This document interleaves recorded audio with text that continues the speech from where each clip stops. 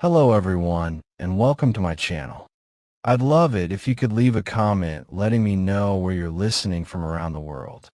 Also, don't forget to like and subscribe if you're enjoying this video. Story 1. I've camped alone before. I'm not reckless. I don't go miles off-grid without telling someone. I carry a Garmin. I know how to read a map. I know the difference between a raccoon sniffing around and something that means harm. That's why this still bothers me. It was early October in Olympic National Park, Washington. The kind of cold that slips under your jacket and settles into your bones. The trees out there don't just grow, they tower. Sitka spruce and Douglas fir stretching so high they swallow the sky. Moss hangs like old curtains. Even during the day, the forest feels dim. I wasn't deep in the backcountry, just far enough that the road noise disappeared. Far enough that when you stop moving, all you hear is wind and branches and your own breathing. The first night was normal. I cooked dehydrated chili on my little stove, watched the steam curl up into the cold air, listened to something small rustling in the brush, probably squirrels. I slept fine. The second night changed everything. I woke up at 1:30 a.m. No idea why.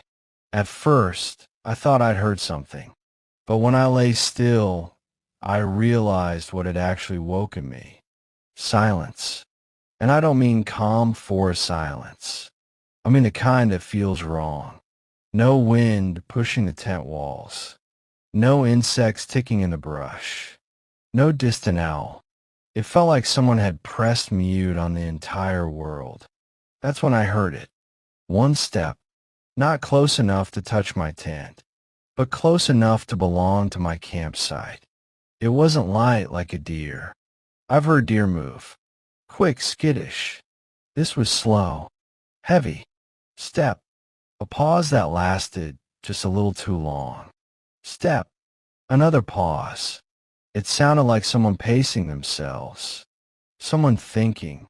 My heart started pounding so hard I could feel it in my throat.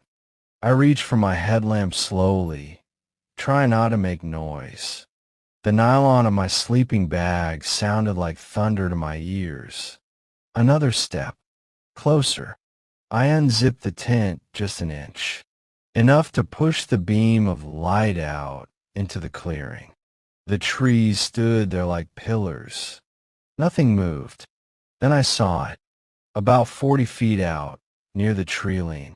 A shape, darker than the darkness around it. It wasn't crouched. It wasn't shifting. It wasn't sniffing the ground like an animal. It was upright. Still. Facing me. I froze. My breath fogged the inside of the tent.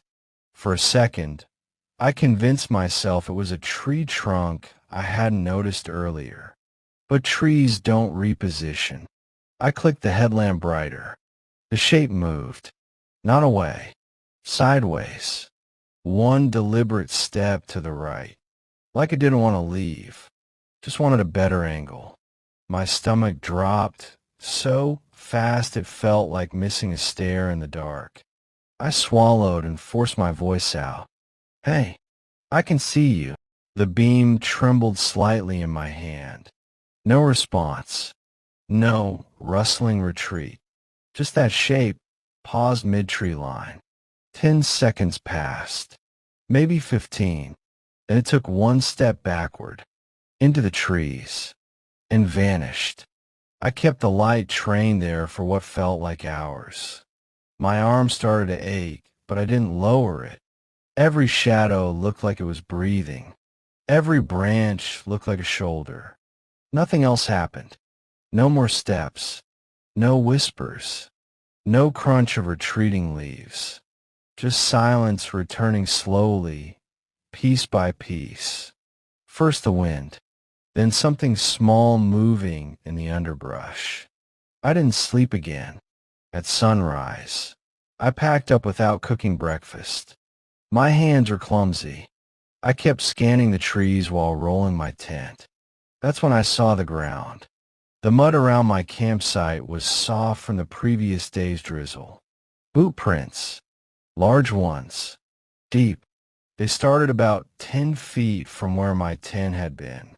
They moved slowly around the clearing, not randomly.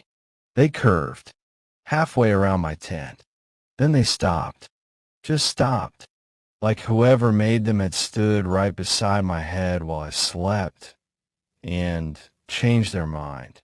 I followed the prints with my eyes.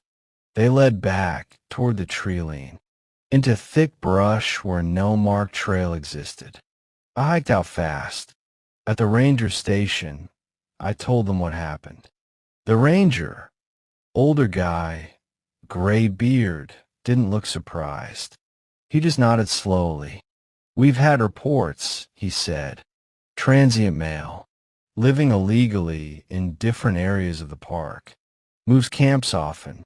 Avoids contact. Has he hurt anyone?" I asked. "Not that we know of. Not that we know of. They never found him, as far as I'm aware." But here's the part that stays with me. It wasn't just that he was there. It wasn't just the footprints circling my tent. It was the way he moved. Sideways. Slow. Like he was studying me. Like I wasn't a threat. Like I was something interesting. I've camped since then. Different parks. Different states. But sometimes, when the forest goes quiet at night, my body reacts before my brain does. My heart speeds up. My breath shortens. Because somewhere out there, in some stretch of trees, is a man who stands in the darkness and watches strangers sleep. And sometimes, he decides not to finish the circle. Story 2. I never thought a simple camping trip could turn into something that would haunt me for years, but the Great Smoky Mountains have a way of doing that to you. My cousin, Danny, and I decided to get away for a weekend, far from cell service, far from people, far from everything that made life loud. We picked a trail that wasn't on any maps, at least not the kind of maps most people use. It wasn't deep backcountry, but it wasn't popular either. That was exactly why we chose it. We wanted quiet. We got it. And maybe too much of it. The first evening passed without incident. We pitched our tent, cooked some hot dogs over a small fire, and laughed at the bugs that kept crawling over our hands. By the time we crawled into our sleeping bags, the sun had disappeared completely, leaving only a purple haze through the trees. The forest was so quiet that even our own breathing sounded loud. That's when we heard it. A whistle. At first, I thought it was a bird. Too short, clear notes. But birds don't whistle like that. Not in sequence. Not like someone trying to get a dog's attention. I froze. Danny froze. "Did you hear that?" I whispered. "Yeah," he said. His voice was tight, nervous. We told ourselves it was another camper, maybe a hiker passing by. So, trying to be friendly, or maybe just to prove we weren't scared, we whistled back. Silence. Just the wind in the trees and the rustle of leaves. 10 minutes later, the whistle came again. 2 short notes. Closer this time. Too close to be friendly. There was no rhythm, no melody, just flat, emotionless tones. My stomach sank. Danny grabbed his flashlight, and I took mine. We stepped into the woods, maybe 20 yards, sweeping the beams back and forth. Nothing. No movement. No tents. No other people. Nothing. Only the sound of the wind in the treetops and our own hearts hammering. We went back to camp, trying to convince ourselves it was just the wind playing tricks. Around midnight, it happened again. This time, it wasn't distant. Not echoing, not teasing. It was right behind us, just past the tree line. The whistle, two short notes, cut through the darkness like a blade. Danny fumbled for his bear spray, shaking. I yelled, "Who's there?" My voice sounded small and ridiculous in the vast silence. The whistle stopped. For a second, I thought maybe it had all been in my head. And then, footsteps. Fast, precise, moving away. Not crashing through underbrush like an animal. Not stumbling like someone drunk or scared. Running. Human running. We didn't sleep that night. Not 1 second. I stayed awake staring at the shadows around the tent, imagining every possible shape hiding just beyond the firelight. Danny muttered things I barely heard, prayers and curses mixed together. We didn't talk much. Talking made it feel more real. When the sun finally rose, we grabbed our coffee and flashlights and began searching around the campsite. There was nothing. No signs of another camper. No discarded bottles. No tracks. Nothing that could explain the night. And then I saw it. About 30 yards behind our site, pressed into the dirt, was a small pile of cigarette butts. Fresh. Someone had been there, watching us, whistling, waiting. I still can't stop thinking about the second night. About the moment we walked 20 yards into the darkness. What would have happened if we had gone further? The whistle wasn't playful anymore. Not even a little. It was waiting, patient, human enough to make you think it could be reasoned with.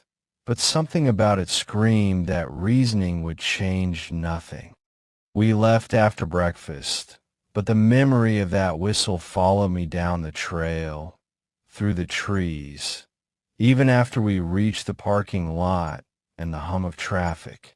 I kept glancing back, expecting to see a shadow slipping silently between the trees, a figure that didn't belong in the mountains or anywhere else. I never went back. And sometimes, late at night, when the house is quiet and the world outside is still, I hear it. Two short notes, soft, but unmistakable. Not through the air, but in my head. A reminder that someone, or something, is still out there, waiting. Waiting for someone to whistle back. I don't know who or what it was. I don't know if it was human, or if it was something else that had learned how to mimic a human. But I know this. The whistle doesn't stop.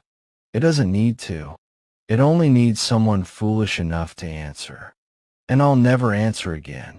Even now, I can still hear it. Two short notes. Soft, flat, emotionless, waiting. Story 3. I've been camping a lot, enough to know the difference between normal woods noises and something that doesn't belong. But that night, near a quiet lake in Northern California, I learned that knowing isn't always enough. My friend Matt and I had picked this spot because it was supposed to be off the grid, even though the small town was only about 20 minutes away. By the time we arrived, the sun was dipping low, painting the water pink and orange, and most of the campground was empty. Just 3 other tents scattered along the lake. We set up our own tent close to the tree line, not too far from the water, enough to hear it lapping gently. After dinner, we sat by the fire, laughing and talking about nothing in particular. The air smelled like pine and damp earth. It was perfect. I didn't feel any tension, no fear, just the calm of being somewhere away from phones, from people, from the constant noise of life. It was around 2 a.m. when I woke up. Nature was calling, and I groggily grabbed my flashlight, careful not to wake Matt. The air was colder than I expected, and the lake reflected a pale moon like a mirror. That's when I saw it. A tent. Across the lake. It wasn't there when we'd walked the shoreline before sunset. I checked. I knew. My mind tried to rationalize it immediately. Someone must have arrived late.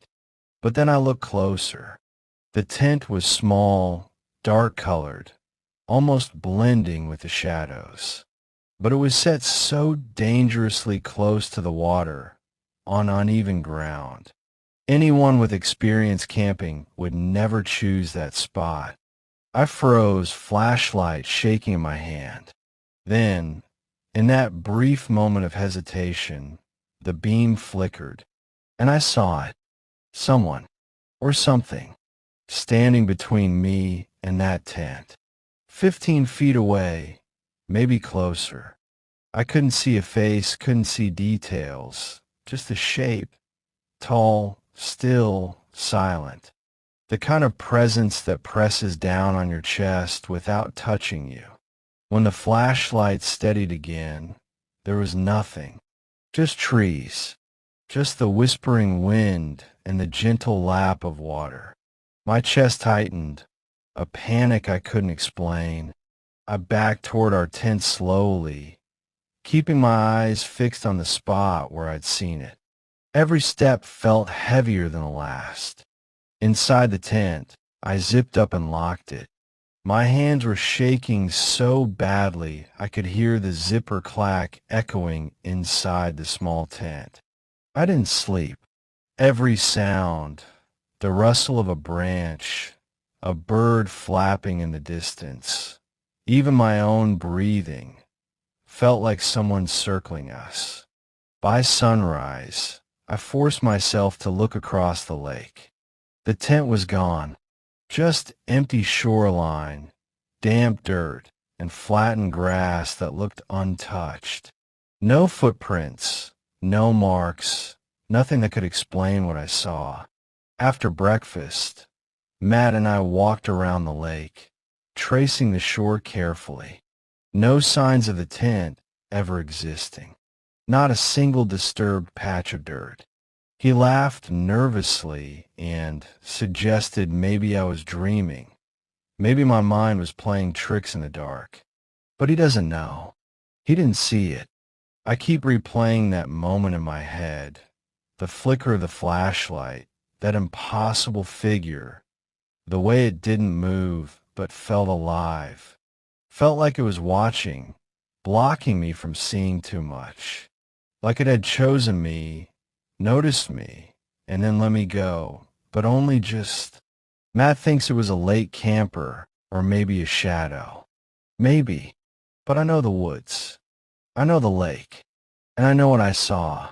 Sometimes, at night, when I close my eyes, I still see that figure standing between me and the tent, just for a second, before disappearing again. It's the kind of image that doesn't fade. The worst part, I don't think it was human, and I don't think it was camping. It was waiting, and I wasn't supposed to see it. I've never camped near that lake again. I don't plan to, because somewhere out there, in the Northern California woods, there's a place where tents appear without people, and something watches whoever dares to notice. Something that doesn't want you looking too long. Something patient. Something that waits. I still don't know what it wanted, and maybe I never will. But I do know this. I will never forget the extra tent, and I will never go near that lake after dark again. Even now, when I close my eyes, I can see it, waiting, silent, right there. And that, more than anything, keeps me awake.